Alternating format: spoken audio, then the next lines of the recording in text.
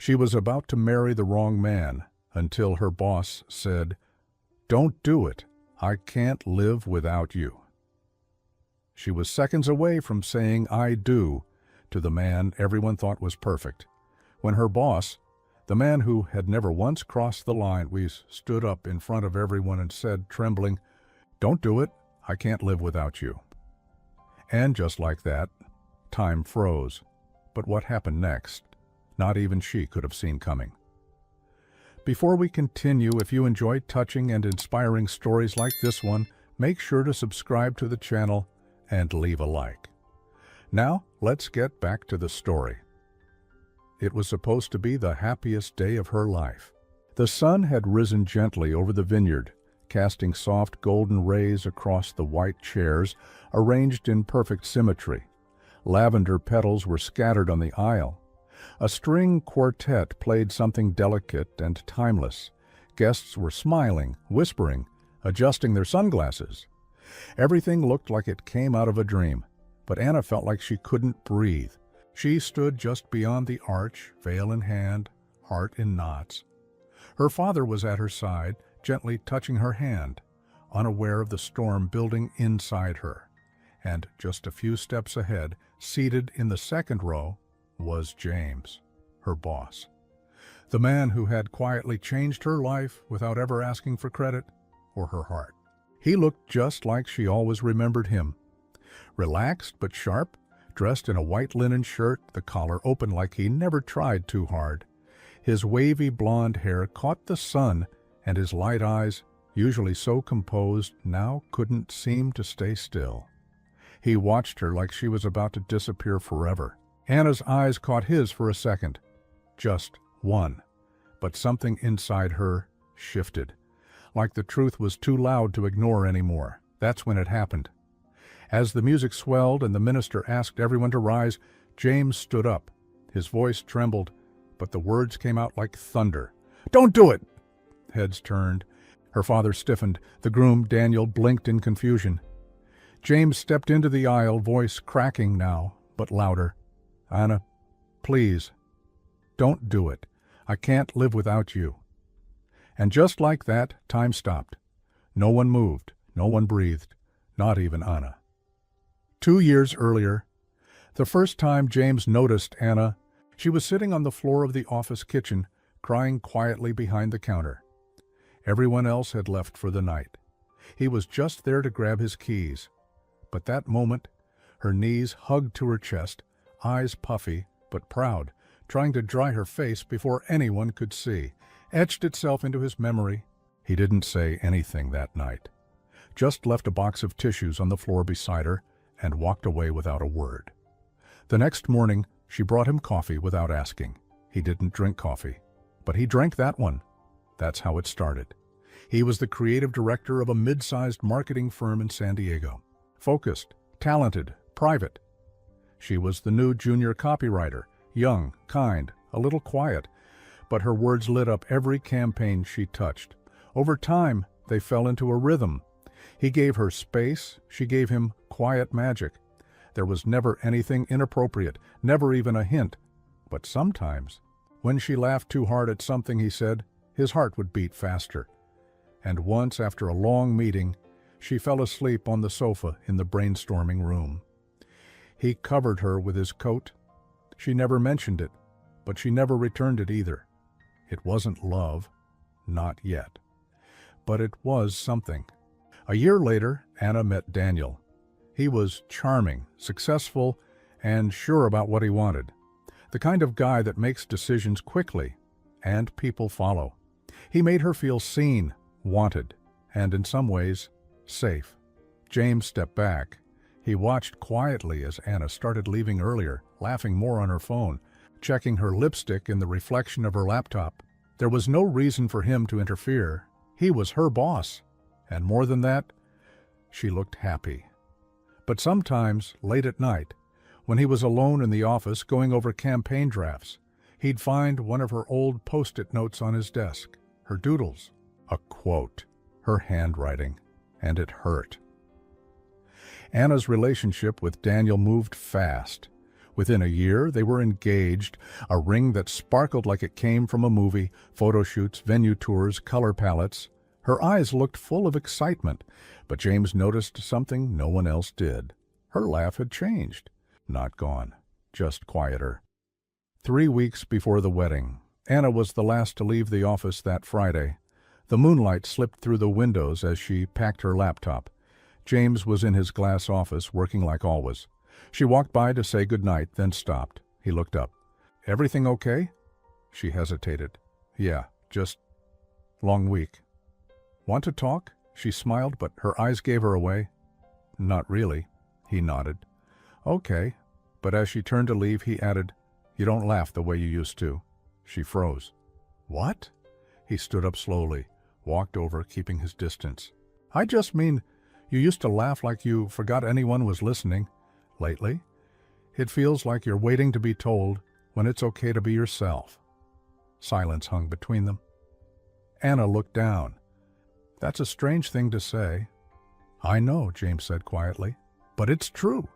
She left without another word, and for the first time since she met him, she didn't bring coffee Monday morning. Now, as James stood in the aisle, the crowd frozen in shock, Anna's breath caught in her throat. "Anna," he said again, softer now, "I didn't plan this. I didn't come here to ruin anything, I swear. But I can't sit here and pretend like this doesn't matter. Like you don't matter to me. I've loved you quietly for so long I forgot what it feels like to breathe when you're not around." Daniel turned to her, his eyes filled with disbelief. "Anna, what is this?" She looked at James, then Daniel, then back again. Everything felt like a blur. The minister cleared his throat. "Miss, would you like a moment?" Anna's lips parted, but no sound came. Because in that second, her entire life split into two paths, and she had no idea which one led to the real version of herself. No one moved. The wind rustled through the trees, brushing gently against the white curtains tied to the wedding arch. A baby cried softly in the background, but Anna stood frozen, her veil in one hand, the other clenched tightly around the bouquet. Her heartbeat was so loud in her ears she couldn't hear the music anymore. James was still standing in the middle of the aisle, chest rising and falling, his face pale but steady. His hands were at his sides, open, vulnerable. Daniel stepped forward, eyes locked on Anna. "Anna," he said, his voice low but sharp, "is there something you need to tell me?" The guests had started whispering. Some stood. Others tried to pull out their phones, only to be hushed by the event coordinator. Her father took a step toward her, confused, caught between outrage and concern. But Anna didn't speak. She turned and walked, straight past James, past the rows of guests, past the minister and the flower arrangements and the life she was just about to begin. She didn't look back. She didn't know where she was going, only that she needed space, air. The vineyard grounds stretched wide with winding stone paths leading through olive trees and soft hills. She walked until she couldn't hear voices anymore, only her own breath. Eventually, she stopped beside a fountain. Her heels slipped off, and the cool stones beneath her feet helped ground her. She sat. Everything inside her was spinning, but one thought cut through everything else. Why did he wait until today? Why now? She didn't have long to think before she heard footsteps approaching. James. He didn't speak right away. He just stood there, hands in his pockets, watching her. His white shirt moved slightly in the breeze. His eyes, usually unreadable, looked open, raw. "I didn't mean to do it like that," he said softly. Anna didn't move. "Then why did you?" He walked a little closer, then stopped again. "Because I realized if I didn't, I'd lose the chance to ever tell you, and I couldn't live with that." She looked away, her eyes stinging. "You had years, James." "I know." Silence again. She shook her head, voice shaky. "You saw me planning everything. You saw me falling in love with someone else. And you said nothing." He knelt down slowly, not too close, but enough for her to see how serious he was. "I didn't say anything because I didn't think I had the right. I was your boss, You were happy, or at least it looked like it, and I thought maybe that was enough." "It wasn't," she whispered. That caught him off guard. "I thought it was," Anna continued, voice steadier now. "Daniel's a good man, kind, reliable. He gave me what I thought I wanted. Security, a future, a plan." James nodded slowly, letting her speak. "But with you," she looked at him now, directly, "I never had a plan. You were chaos. You were possibilities, and I didn't know how to handle that." James smiled faintly. "Still can't?"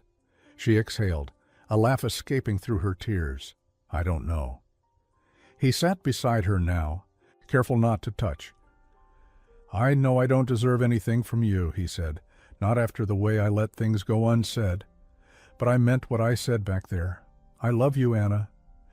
I have for a long time, and I'd rather tell you too late than never." She stared at the fountain, at the way the water danced gently in the center. Her dress was wrinkled, the bouquet now resting on the edge beside her like it didn't belong to her anymore. "I need to talk to Daniel," she said quietly. James nodded, pain flickering in his expression, but respect too. Of course. Daniel hadn't moved from the altar. The guests had been quietly escorted to the reception area for champagne and delays, but the ceremony space was mostly empty now. Anna found him alone, jacket off, staring at the rows of empty chairs.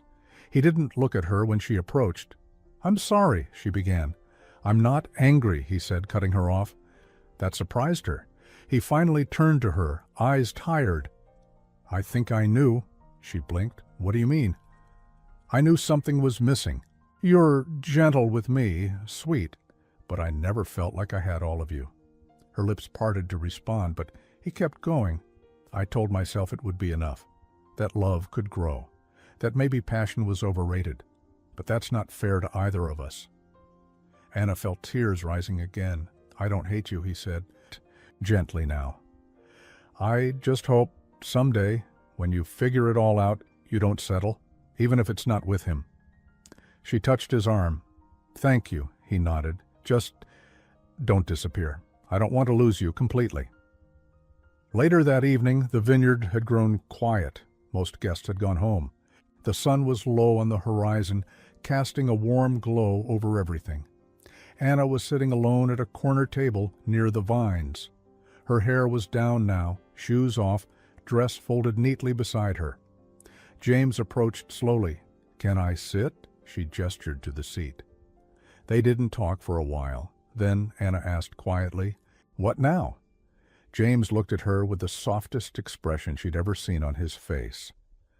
"That depends on you." Just as Anna opened her mouth to speak, her phone buzzed. A message from Daniel, 3 words. "You should go." She stared at the screen. The words blinked back at her like a permission slip. No bitterness, no guilt, just truth. She looked up slowly. James was still there, still waiting, still not asking anything, and that, more than the message, was what made her heart ache. She put the phone down. "I think," she began, her voice cracking, "I think I need time." James nodded. "I figured you'd say that." She looked at him, uncertain. "Is that okay?" He gave a soft, almost broken laugh. "I waited 2 years? What's a little more?" Anna's chest ached. This wasn't how love was supposed to feel. Not like a war between comfort and courage, not like a choice that might leave someone in pieces. And yet, it was. The next morning, the dress was gone. The wedding arch had been taken down, chairs stacked, flowers boxed. Anna stayed in her small rental cottage near the vineyard for one more night. She didn't sleep much. She just stared at the ceiling, feeling the weight of every decision settle into her bones. She replayed James's words, his voice shaking, his eyes holding back years of silence. The way he had stood in that aisle, not to steal her, not to shame her, but just to be honest for once. And Daniel had walked away with more grace than she deserved. Her heart wasn't broken, it was split. Because for the first time, she wasn't afraid of being alone, she was afraid of choosing wrong again. 1 week later, San Diego, Monday morning. The office felt different. Anna walked through the glass doors with a knot in her stomach. No one had seen her since the wedding. She had messaged HR, said she'd be back Monday, promised to handle her projects as usual. But she hadn't spoken to James. He wasn't at his desk. The chair was empty, his office lights off. She asked the receptionist, "Oh, James? He took a few days off?" That surprised her. He never took time off. She sat at her desk, opened her laptop, tried to work, but everything felt wrong. The silence was too loud. She stared at the inbox, reading old email chains between them. There was one message from months ago. The subject was just thoughts. She remembered it clearly. It was about a campaign pitch. But as she read it now, she saw something else in the way he wrote to her. Something quiet, careful, like he was always hoping she'd see between the lines. That night, Anna didn't go home. She took the train to the coast, to the cliffs near Sunset Point, a place she used to visit when she first moved to the city, when she felt lost and needed answers from the wind. The sky was bruised with pink and gold. The ocean below crashed with steady rhythm, like a heartbeat she couldn't hear properly until now. She sat on the bench at the edge of the overlook, alone, until a voice behind her said, "I was hoping you'd come here." She turned. James. He looked tired, but there was a peace in his face, too, like he'd stopped waiting for something that might never come. Anna blinked, unsure. "How did you know I'd be here?" He shrugged. "You told me about this place once, said it made you feel small in a good way." She nodded slowly. "I did." He stepped forward. "I wasn't avoiding you. I just needed to let you breathe." "Thank you," she said. "That means more than you think." He smiled faintly. "So, what now?" Anna looked back at the ocean. "I've been asking myself the same thing." He sat beside her, careful not to touch. "If you came here looking for answers, I hope you don't mind if I say something hard." She turned to him. "Please." He looked down at his hands, then at her. "I'm not asking you to love me back. I just want to know that if this never becomes anything, I still meant something." Her throat tightened. She didn't expect that, not from him. "You did," she said. "You do." He nodded slowly, taking that in. Then he whispered, "I've never loved anyone the way I love you, but I'll survive this, even if it's without you." A tear slid down her cheek. And for the first time, she reached for his hand. "I don't know what the future holds," she said, "but I know what today feels like, and I don't want to run from it anymore." Their fingers intertwined gently. No promises, just presence. He leaned back, eyes closing as the wind kissed their faces. They didn't kiss. They didn't say, "I love you" again. But something changed in the silence between them. Not an ending, not a beginning, a pause full of possibilities. 2 days later, the office was back to its usual rhythm: meetings, coffee, laughter. Anna sat at her desk, typing quietly. James passed by, nodded, just a little, just enough. She smiled. He smiled back. And though no one else saw it, that moment said everything. It said, "We're okay." It said, "This isn't over." But just when things seemed to settle, a courier arrived at the front desk with a box for Anna. She opened it carefully. Inside was a small framed post-it note, her own handwriting from months ago. A quote, "One day or day one, you decide." She turned it over. On the back, "From the guy who finally decided." Anna looked up. James had disappeared around the corner. Anna kept the framed note on her desk.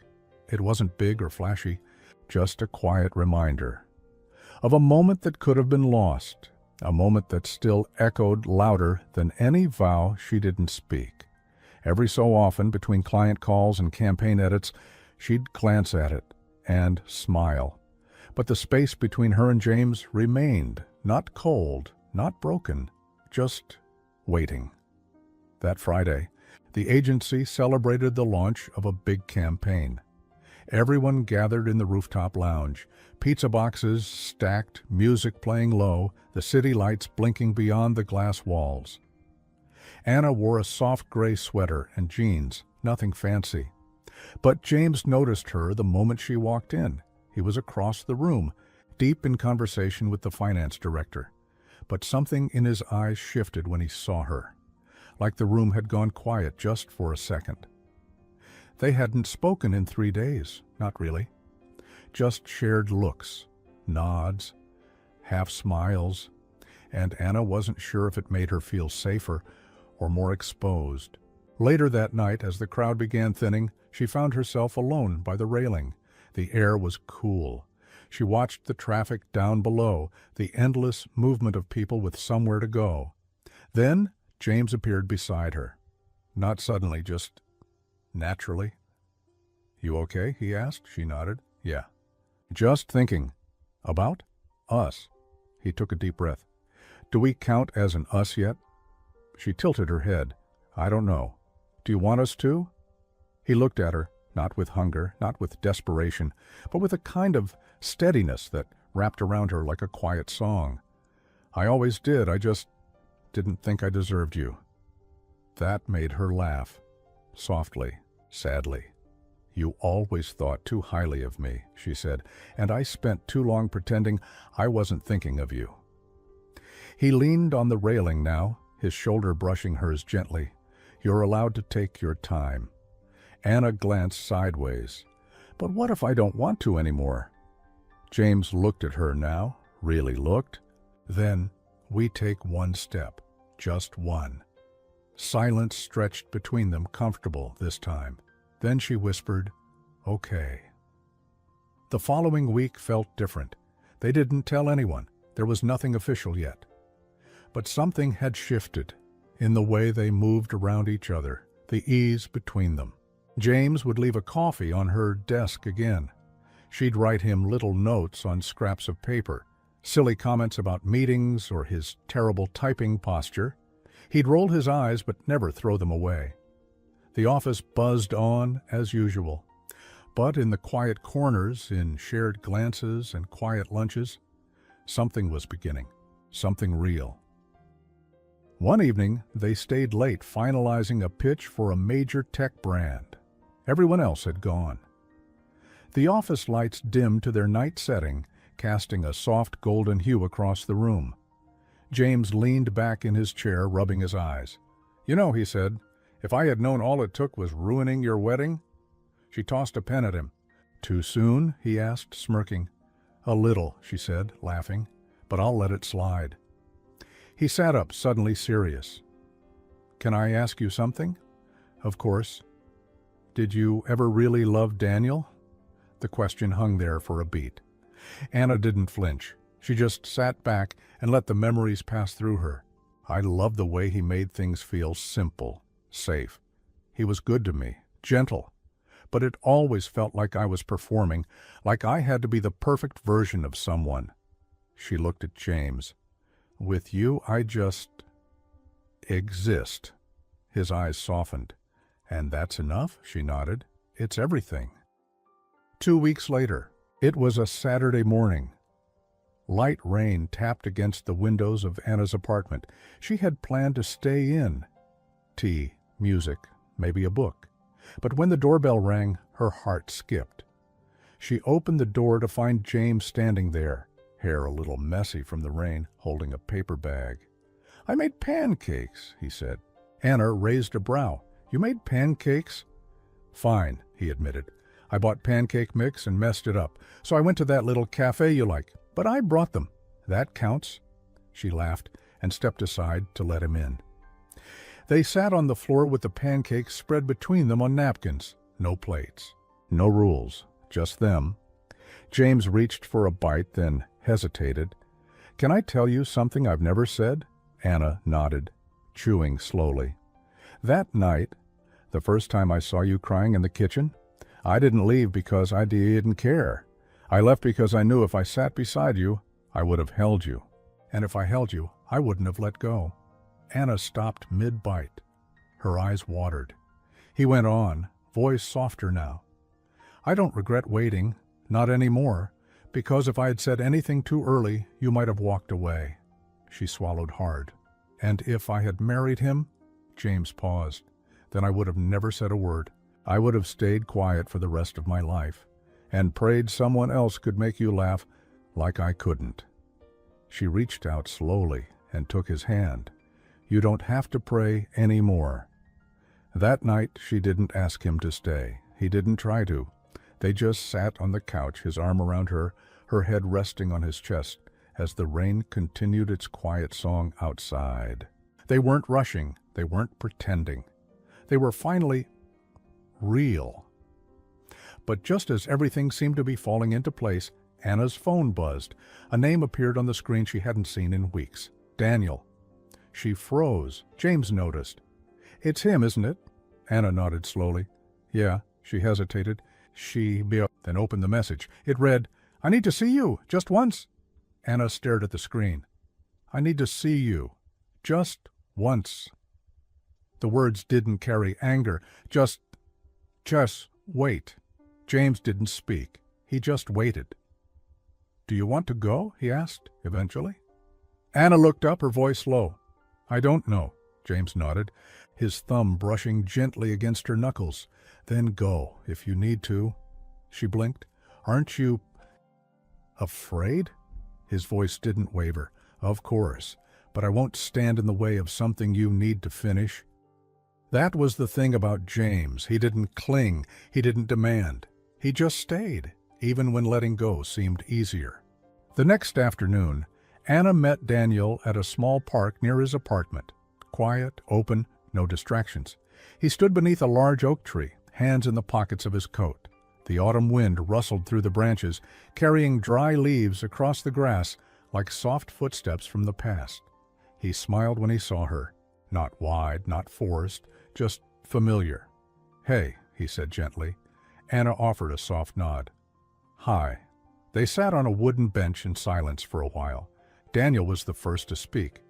You look lighter. She looked at him. Do I? He smiled sadly.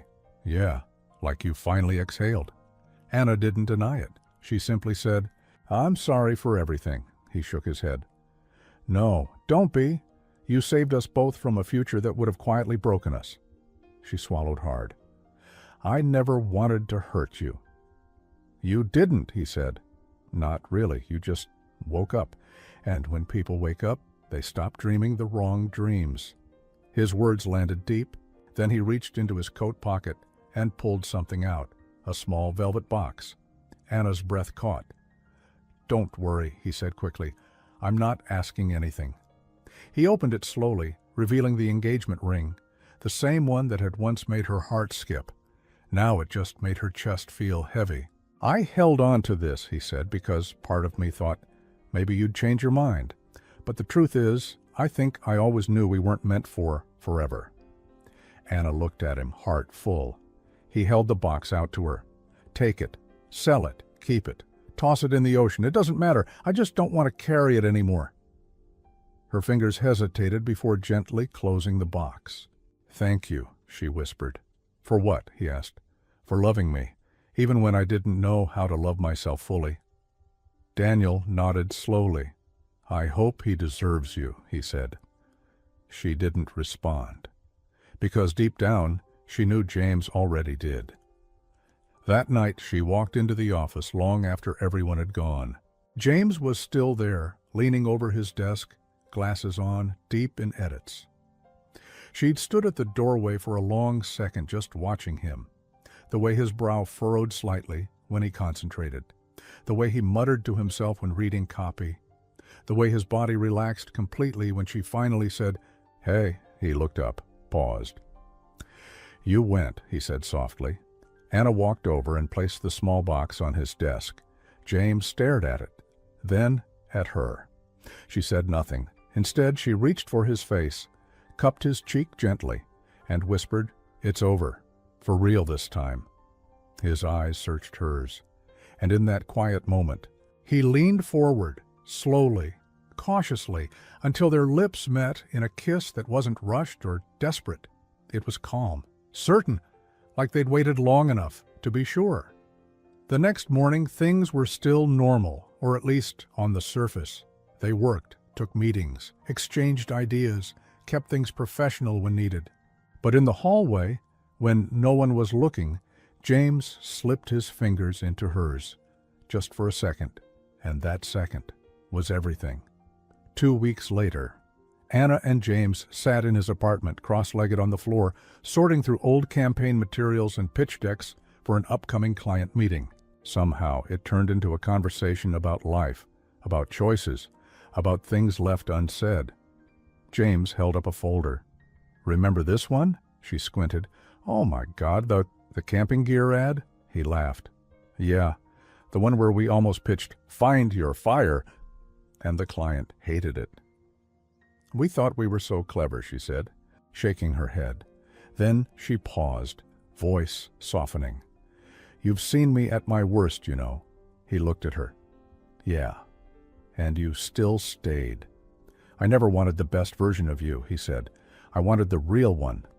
Anna's eyes welled. She leaned against him and whispered, "So what happens now?" James didn't rush the answer. He just said, "Whatever you want to happen." Anna exhaled deeply.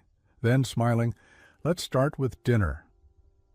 They ordered takeout, sat on the floor, ate spring rolls with their fingers, no grand declarations, no fairy tale montage, just quiet joy.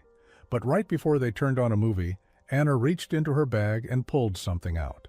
The Post-it he had framed weeks before. She'd made a copy, and written underneath it, "Day 1."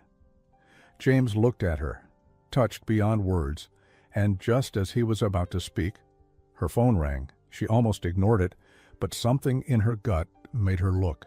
It was her mother. Anna answered, "Hi, Mom." A pause.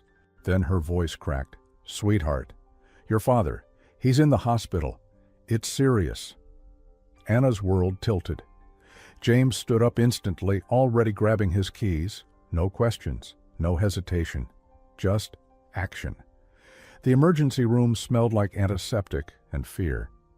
Anna sat in a cold plastic chair, eyes red, hands clenched in her lap.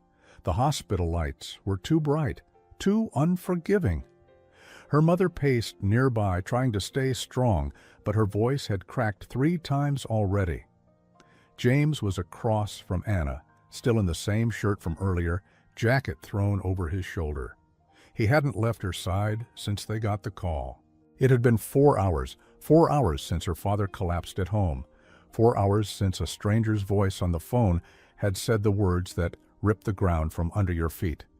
He stopped breathing. Paramedics are on the way. Now they waited.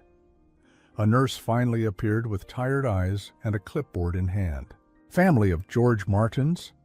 Anna stood instantly, almost tripping over her own feet. Her mother grabbed her arm. "He's stable," the nurse said gently. "He had a cardiac episode, but we managed to get him stabilized in time. He's resting now. You can see him one at a time." Anna let out a breath she didn't know she was holding. Her knees nearly buckled. James caught her. And even though it wasn't his moment, even though he was just the man who had walked into her life from the side door, he held her like her pain was his too. Her father looked smaller in the hospital bed, pale, fragile. Anna sat beside him, holding his hand while he slept. His fingers twitched, but he didn't wake. And in the quiet hum of machines, her mind drifted back to being 6 years old, on his shoulders at the county fair. To him, teaching her how to ride a bike, falling, crying, and him laughing, saying, "One more try, champ?" To the time he walked her into college on move-in day and gave her a small note that said, "You're stronger than you think." And now here he was, the strongest man she ever knew, barely able to breathe without a machine helping him. Tears rolled down her cheeks silently. She didn't know James had entered until she felt a hand on her shoulder. She looked up. He just nodded. No words. He didn't need them. Over the next 2 days, James stayed. He brought food when she forgot to eat. He let her cry, then made her laugh 5 minutes later just to remind her she could. He sat with her mother, asked about old family stories, and remembered names no one expected him to. He never made it about him, never once asked where they stood or what it meant. He just showed up. That's what love looks like when no one's watching. On the third night, her father opened his eyes. Anna was the first face he saw. "Hey, champ," he rasped. Anna choked on a sob. "Hi, Dad." He reached for her hand. "You didn't run this time." She laughed through her tears. "I was never fast. Remember?" He smiled weakly. "You were fast enough to chase the right things." Then he looked past her. To James. "Is that him?" he asked. Anna turned. James stood near the doorway, unsure whether to step in. She nodded. "Yeah, that's him." Her father studied him for a long second, then said, "Come closer. Son, I need to look at the guy who stole my daughter's heart." James walked forward slowly, unsure of what to expect. Her father gripped his hand, weak but firm. "Don't drop it." James looked confused. "My daughter's heart," he clarified. "It's a heavy thing to carry. Don't drop it." James looked him in the eye. "I won't," he said, and everyone in that room knew he meant it. A week later, her father was home, weak but healing. Anna stayed with her parents for a few days, sleeping in her childhood room, watching old family videos, helping with medicine and pillows and meals. James didn't push, he called once a day. Sent her photos of their office plants, one dying, one thriving, just like always. He sent her a text one night. "I miss you, but take your time. I'm right here." And he was. When Anna finally returned to her apartment, James was waiting on the front steps, holding 2 coffees and a book she mentioned months ago that she couldn't find anywhere. She sat beside him. No dramatic music, no kiss in the rain. Just 2 people finally learning how to be something solid. "I've been thinking," Anna said quietly, "about how fast everything happened." James nodded. "I didn't plan for any of this," she said. "I know. But I'm not scared anymore," she added. "Not of you, not of us." His eyes lit up, gentle and warm. "Then let's stop planning." She looked at him, smiled. And for the first time since everything began, she leaned in and kissed him, not out of fear or relief or confusion, but because she wanted to, because it was real. That weekend, they went to the cliffs again, same bench, same view. But this time, they sat holding hands. Anna placed a small stone on the edge of the overlook, a habit her father taught her as a kid. "To mark the moment," she explained, "so you can always find your way back to it." James placed one beside hers. 2 stones, side by side, like they had always been meant to be. But just as the waves below settled into a quiet rhythm, James cleared his throat. "There's something I haven't told you yet," he said. Anna looked at him, heart skipping. He pulled a small envelope from his jacket and handed it to her. It came a few days ago, from New York. She opened it. Inside, a letter from one of the biggest creative firms in the country. They were offering James a senior partner position in Manhattan. Anna blinked. "You didn't tell me?" He looked at her. "Because I haven't decided." She stared at him, 1,000 thoughts swirling, and then he said, "I won't go if you ask me to stay." The letter trembled in Anna's hands. Big opportunity, Manhattan, career-defining.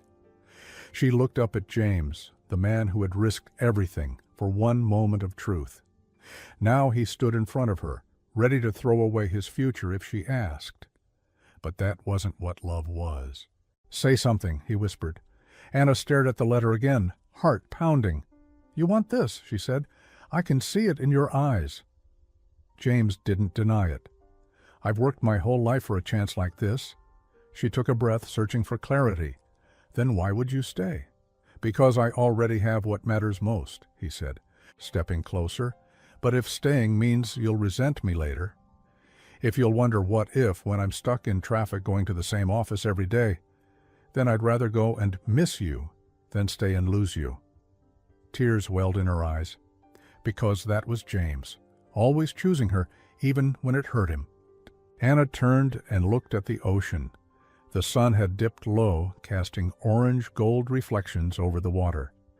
"We could make it work," she said finally. "Long distance." "Maybe," he said softly, "but I don't want a version of us that's halfway." She nodded, biting her lip, then turned to face him, her voice calm and clear. "Then go." James blinked. "I don't want you to stay for me," she continued. "I want you to go for you, because if this is real, we'll find our way back." His eyes searched hers. "You sure?" She reached into her bag and pulled out a photo, a print of the 2 stones they left at the Overlook just a week before. She handed it to him. "To remind you of home," she said. James didn't speak for a moment. He just held the photo against his chest like it carried more than ink.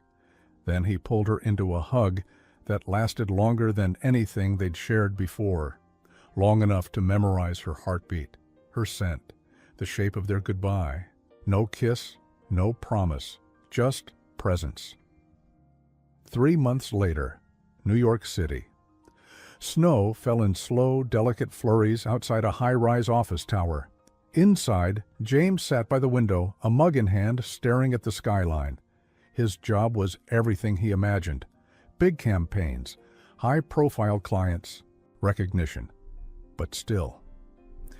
When he closed his eyes, he could hear her laugh like wind on a summer cliff. He never deleted her texts, never threw out the framed photo. Every Sunday, without fail, he'd send a message. "Still thinking of you." Sometimes she replied, sometimes she didn't. But every time he pressed send, it reminded him he wasn't alone in remembering. San Diego.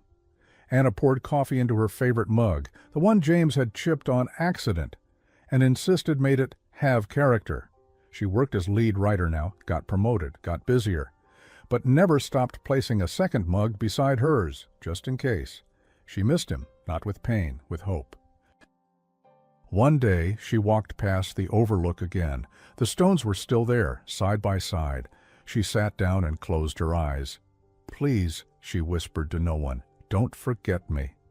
1 week later, Anna walked into her apartment after work. It was quiet, usual.